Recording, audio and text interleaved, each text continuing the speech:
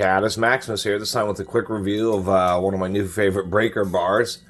And not for any other reason than it's a big 24-inch long, half-inch drive breaker bar that's an industrial finish. This one happens to be PowerTorque, and it was on sale for 24 bucks, so I was pretty surprised. And that's why I titled the video. This is easily the best breaker bar O'Reilly's Auto has ever sold. I have one of those even more expensive extension handle, O'Reilly's extension handle breaker bars. I'd recommend this 10 to 1 over that one. This is a Super Duty breaker bar. What they tend to do on those is they use instead of a fork with a swivel anvil in it, they instead use an oversized anvil, which they cut. That way it gives them just a whole bunch of extra steel and a really strong eye. Although it does make the head just a bit larger.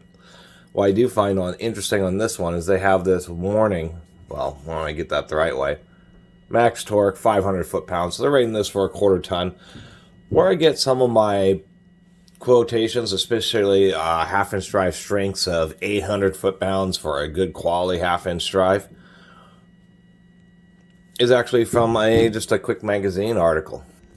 Here, Hot Rod Magazine tests a bunch of ratchets. This Craftsman one sucked, but all the others were like, you know, whether the anvil twisted or the handle broke, but we're talking 800 foot-pounds, 650 there, 890 on this Duralast, which I actually own, 780 on the Husky, on whatever this gearhead was 828. This article is from 2013. 828 foot-pounds, 794 foot-pounds, 632, 818, 659 for an old swing pole Proto. Proto's cheapest ratchet got 650 foot-pounds. So that's the deal, and actually the really nice OEM-made Duralast ratchet got 890 foot-pounds, almost 900 foot-pounds. So a real quality half-inch drive tool can take a lot of torque. So 500 on this is a bit low, but they are using a chrome molybdenum head and a chrome vanadium steel handle. They actually mentioned that right here on the back of this label. I always think it's odd that they don't use chrome vanadium heads, but I think that's due to a risk of shattering, and so they go with chrome and molybdenum, which is just not quite as hard, not quite as high strength. Nonetheless, putting that label on there. Okay, we'll see if Tiny likes it here. Yeah, she doesn't think a whole lot of it.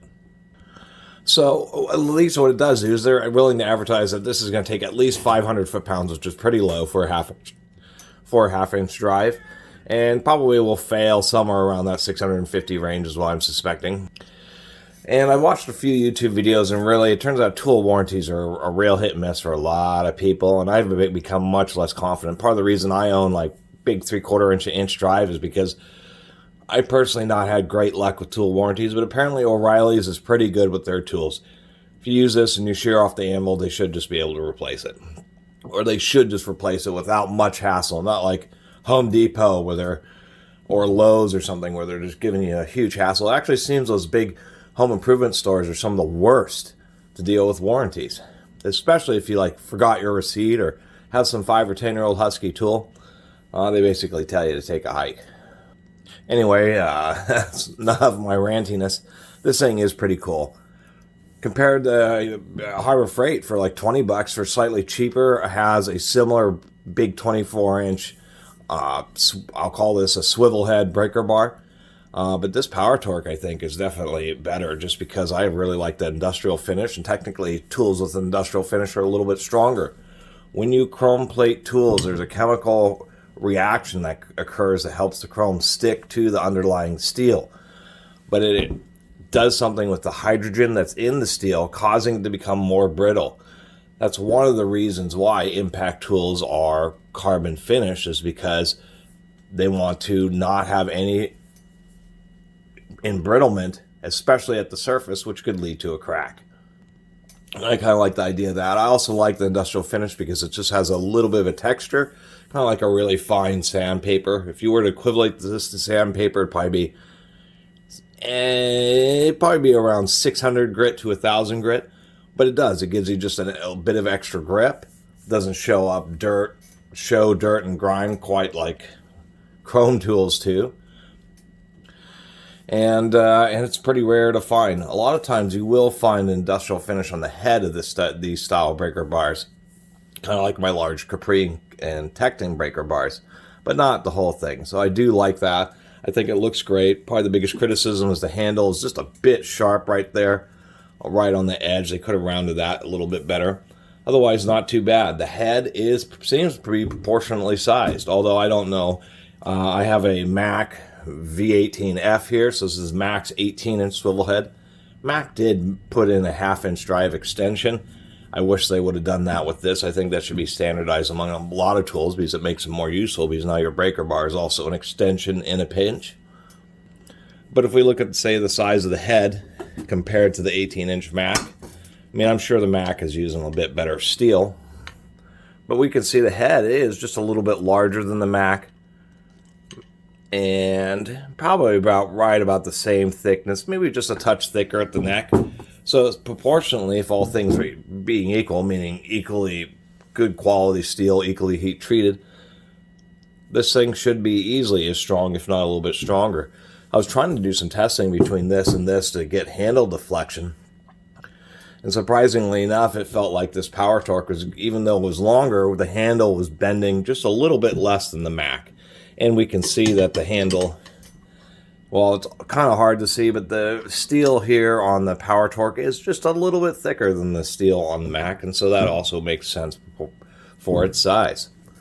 Not a lot else to say about this breaker bar, otherwise, or besides, I think it's pretty cool. It's definitely the best one O'Reilly's has ever sold, and I'm glad they actually chose to go something a little bit different and go with an all-industrial finish, because it's actually hard to find industrial finish hand tools. Things like combination wrenches, breaker bars, ratchets, all that type of stuff are almost always chrome. And so I do like that they decided to go with, once again, an industrial finish. Definitely pretty cool. And when I saw this on the shelf, I said, oh, that's interesting. It's a black breaker bar. I haven't seen that before at O'Reilly's. And I pulled it out, and I couldn't believe it was just a big old giant 24-inch Taiwanese-made breaker bar. This thing is pretty sick, and I would recommend this over Harbor Freight. Easily. This thing's pretty awesome.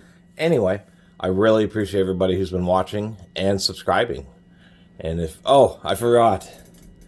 I always talk about the detents. The Mac is actually a little bit soft. I've always been a little bit disappointed with this Mac. If you have big, heavy, like 1.5-inch deep well sockets on there, or I mean, it will hold them, but I thought it could have been just a little bit stronger. I think the detent on this unit is actually just excellent. I think it's just the right amount of tension for the size of the breaker bar that you have there. The only thing that could be improved is they could have a little bit more tension on the head to keep it from wanting to swivel quite as easily. Anyway, if you haven't subscribed, please do. Until next time, Catus Maximus out.